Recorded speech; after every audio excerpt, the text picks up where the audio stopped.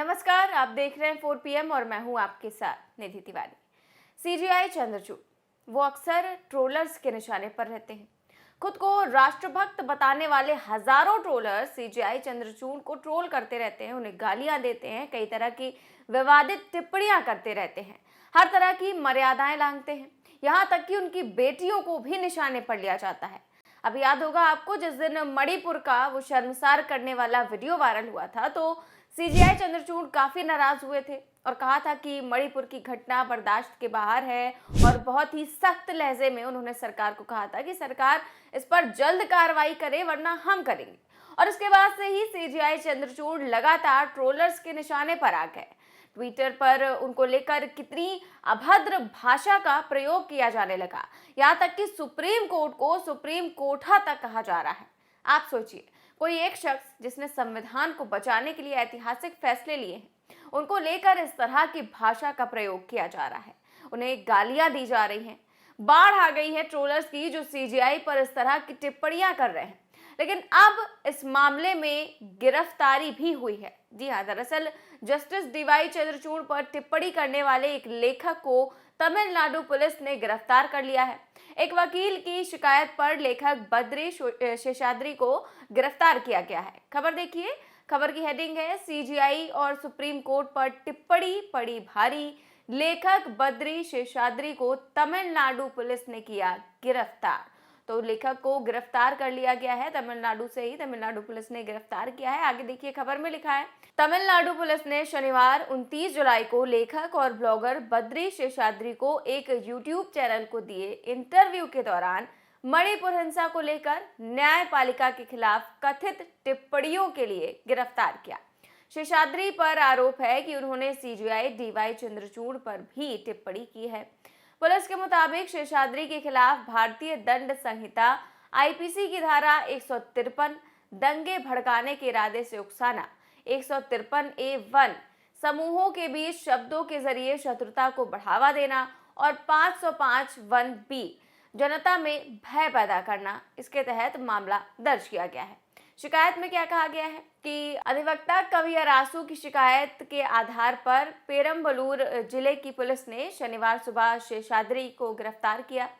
वो कुन्नम जिले के रहने वाले हैं। उन्होंने अपनी शिकायत में कहा है कि वो 22 जुलाई को एक यूट्यूब चैनल को दिए इंटरव्यू में न्यायपालिका के खिलाफ शेषाद्री की टिप्पणियों से क्षुब्ध हैं। और आपको बताते हैं कि बद्री शेषाद्री ने चीफ जस्टिस को आखिर कहा क्या था।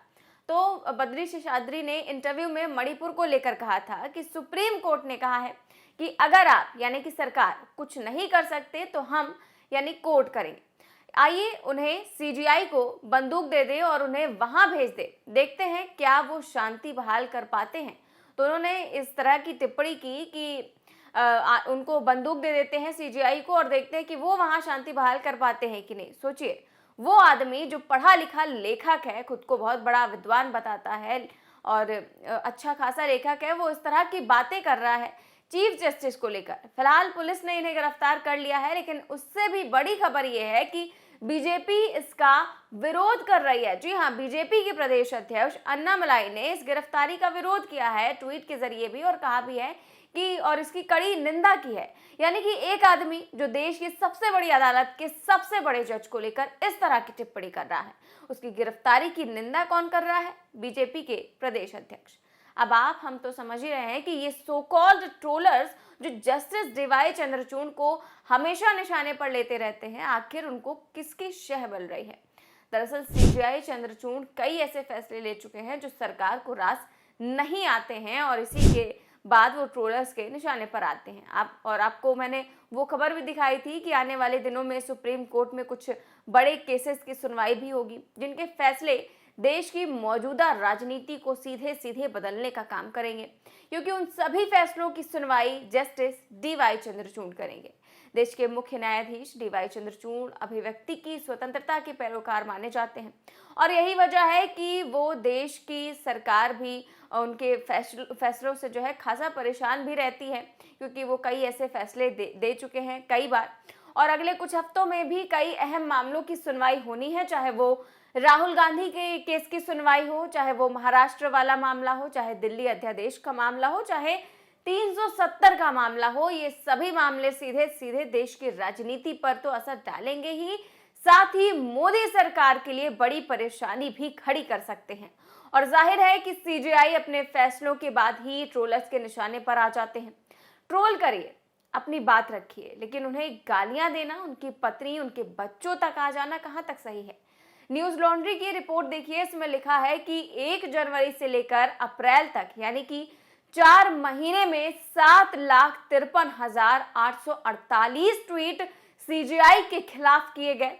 इनमें से 1,16,669 मूल पोस्ट थे, यानी कि वो ओरिजिनल थे, रीट्वीट नहीं थे या फिर कोट ट्वीट नहीं थे। जिस तरह से आजकल देखा होगा आपने कि मतलब ट्विटर पर कुछ ट्वीट्स किए जाते हैं, उसके रीट्वीट और कोट ट्वीट उसे किया जाता है, लेकिन ये जो 1,16,669 पोस्ट थे वो ओरिजिनल थे।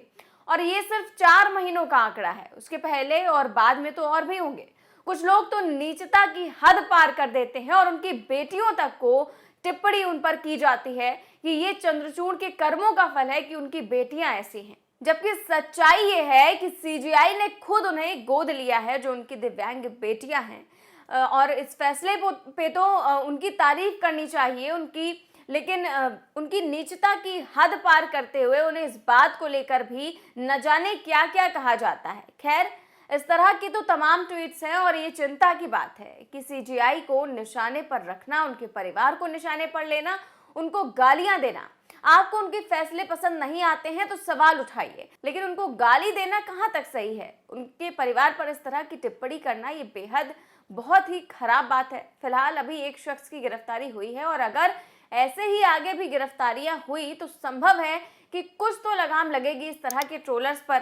फिलहाल आपकी इस खबर पर क्या राय है, हमें कमेंट बॉक्स में जरूर बताएं। देश और दुनिया की तमाम बड़ी खबरें जानने के लिए देखते रहिए 4PM न्यूज़ नेटवर्क। नमस्कार।